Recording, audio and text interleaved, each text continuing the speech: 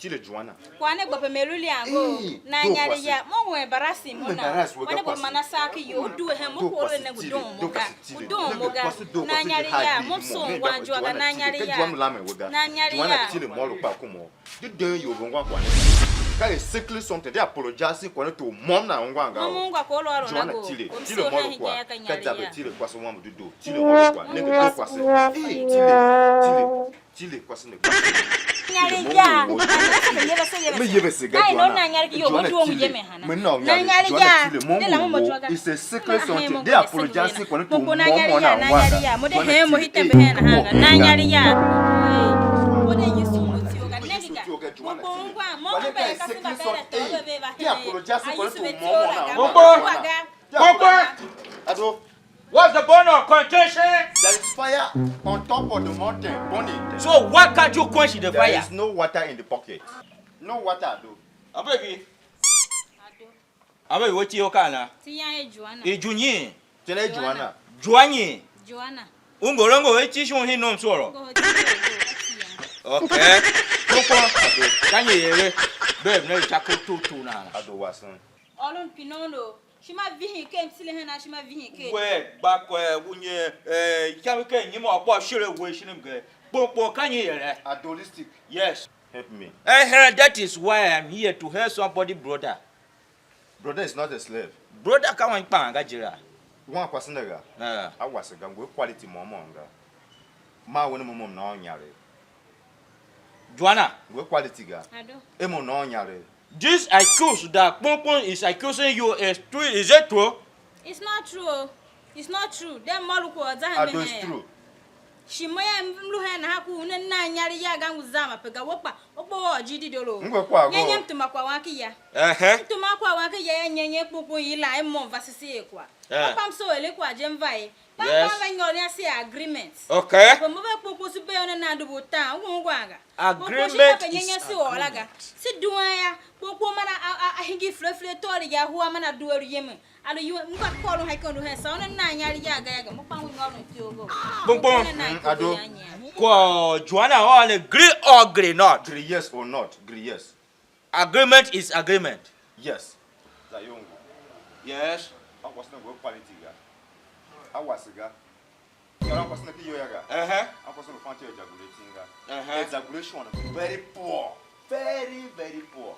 Ejaculating Tukuna Hang Fanchoga. Mduayaga. What the mom do for the mom now? Carnamega. At Demian, somebody transfer on your blackberry. Almost transfer on your blackberry, my quarter high country. Where do a gaga? Uncle will let you one more than a secret sort that apologizing to Momonga. Having that. Okay. Since over tender mercy and justice should when we guilty, I'm going to come by Bapping car. My name would have wasn't a war on the coming. I do. I'm going guilty. I'm with duty. I'm going to duty. Got duty. I'm going guilty. It's okay. It's okay. I'm with duty. It's okay. Joanna, there's some measurement. Measurement, me check whether on your square root, yeah. Me for whether I run your square root to me, okay. I run your square root to make him in Yariki. Hey, Ligane. Only do one car combustion, you car and wigger. Now the young following you. Now the young following you. They use your generation to play.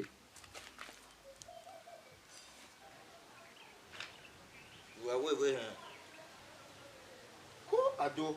Can you be a quarter? I have one. I swear to you, why I do. I will make a square root, but a check again. I'm your square root girl. One person there. I'm your guy, Tora. Momonga. Mongo Nanga.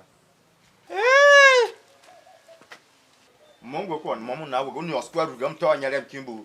It is what it is. Go for Nanga. Kola mela jangu ngwa onongwa. Mna kwa ga mwe kwa na. Ko fire ku na ke bo ya hepesitile ne. Adongwe kwa na ga. Hey, who are you to say when we Karakambega? Who are you to determine a car about Kwagh when we Karakambega? Mta kwa mamonga. You know, me check on speedometer na. Hingo. Ado wasen. Okay. Thank you very plenty. So fishing one gado wasen.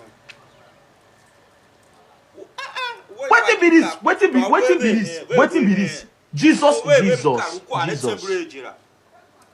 Ado. Usongo go pass na kewe ya ma. Who are you to determine a car about Kwagh when we Karakambega? You dey use your generation to play. How many inches? 5 inches wanga. Wetin be this? Wetin be this?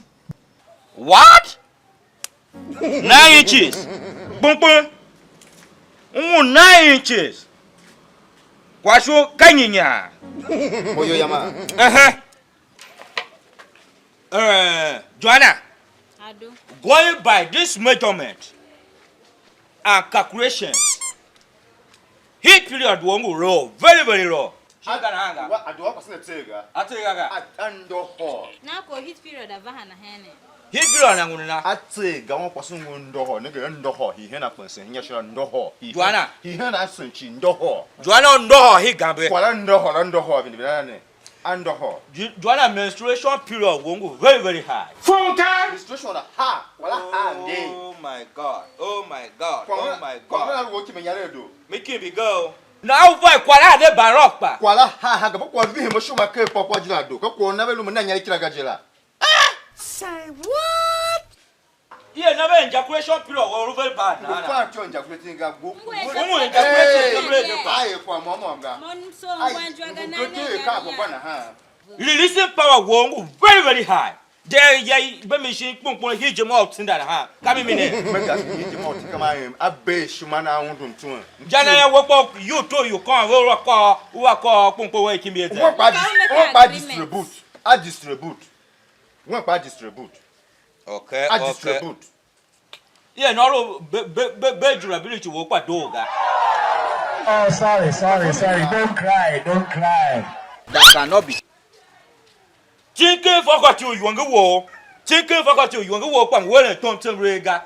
Ngo va cho wo le chinke fakati wo pa wasiga. Me mo kan me ni yen ko de yen ko fa na pati o yen ji mo ave mo ga. Kan bi yen na yen fo mo za kan pa za ga. Me hide kan pa ngo zanga. Last but not the least. Ngo sound free ga. That cannot be. Ngo sound free ga to. During this time of sexual intercourse, you are supposed to be making a URC cambola.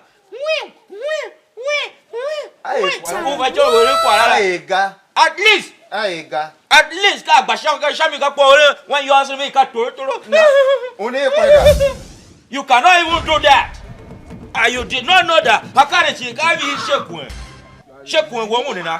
If you are told, I won't go here. You see, huh? Ha wambu. You see, huh? Mo yo yam ha wambu. I be him yo. You don't know what call pass a pong pong.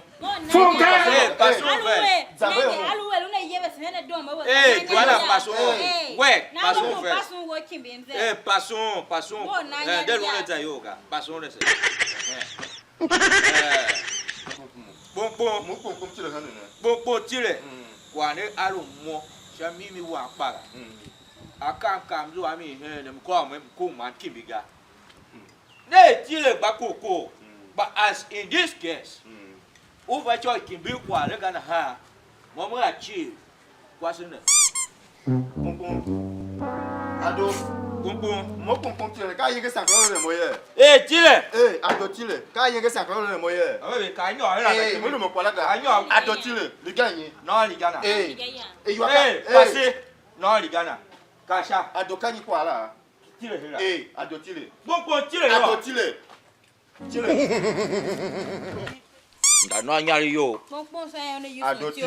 Hey, also you know You dey use your generation to play. Oh, go call no go level like that. You cannot pay shit. I will not pay shit. You cannot. I don't want peace. I want problems always. Maka, I like him. She no,